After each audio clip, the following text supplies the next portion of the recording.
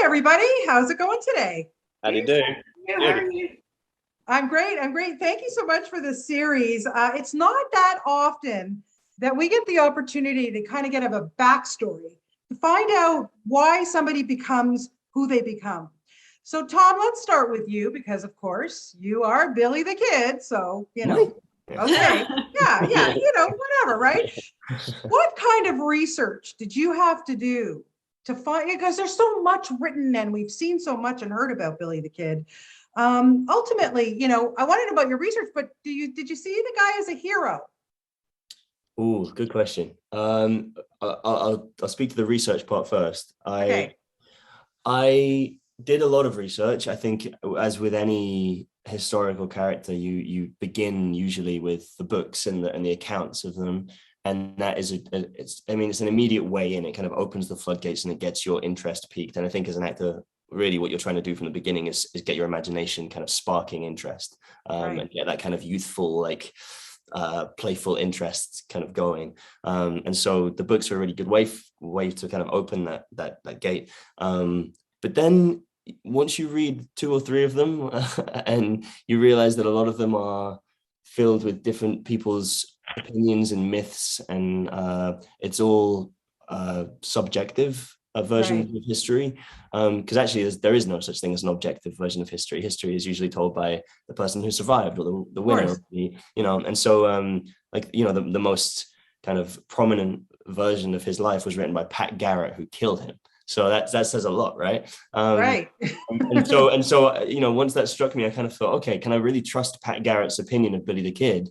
Probably not. Yeah. It's informative and useful, but what I realized was I had to form my own opinion. And for me, a big part of that was learning to survive like Billy, which meant learning the skills that he needed to survive: writing, shooting, Mhm. spinning to impress people, singing, speaking Spanish, all these things that he had to do to get by, Yeah. brought me closer to him. And then traveling to New Mexico and doing some research down there, kind of on the ground, was all kind of, it all came together in this kind of maelstrom that eventually made me feel like I was in his boots. And then, what was the second prong of your question? Did you see him as a hero? Ah, huh. Hmm.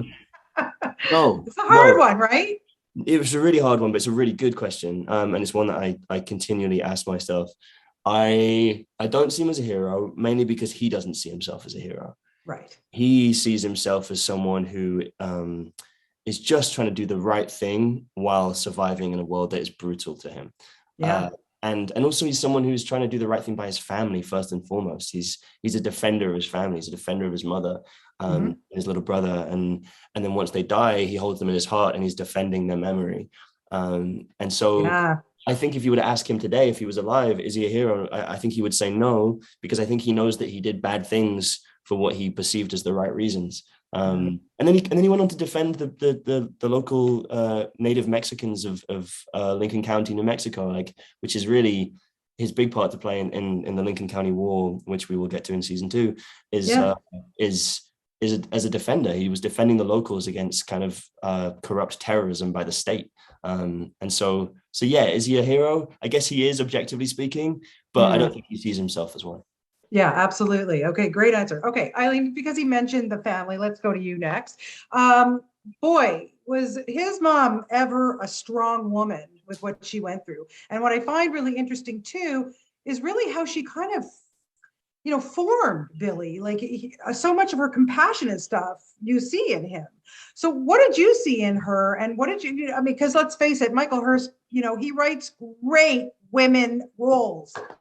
So tell me a little bit about playing her and how excited you were. I was very excited because exactly what you said. When I read the script, I was like, this is amazing. This is a strong woman that's strong because of her femininity. Like, Yeah. she's not, and it was also like, you know, in a world at a time in history, to be a female Irish immigrant this time heading from New York, absolutely no say in anything. Yet you've got an intelligent woman that's educated, that can read, that can understand the system, Yeah. and probably understand her lack of control over the system, but has complete control over her sense of self and who she is as a person.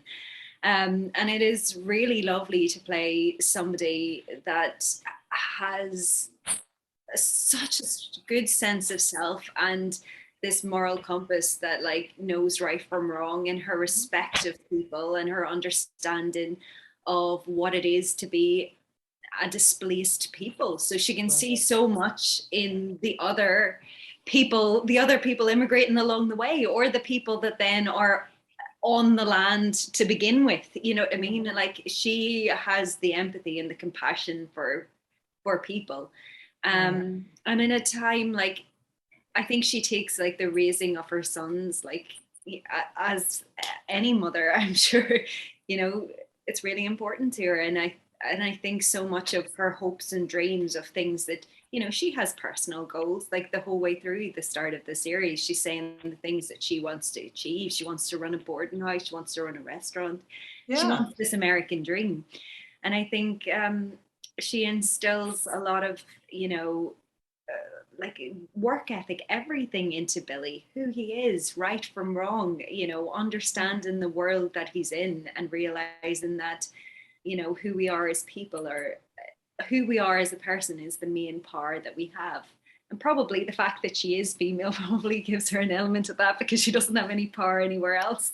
Right. But it does create a son that respects women and has seen the world almost through a different gaze. I think that, you know, his understanding of Kathleen, or being around her so much, or, you know, her trying to steer the person that he is, she puts so much into him that that the final scene really is, you know who you are. I know. Absolutely. Go for it. Yeah, it's great. It's riveting to watch it. Congratulations. Okay, Daniel, sorry, I haven't forgotten about you. You're next. Tell me a little bit about playing a guy like Jesse, because first of all, what do you think he and Billy why does Billy follow him? Why do you think that? Like, and because he's not such a great influence on him. But, you know, to that, how much fun was it for you to play this guy?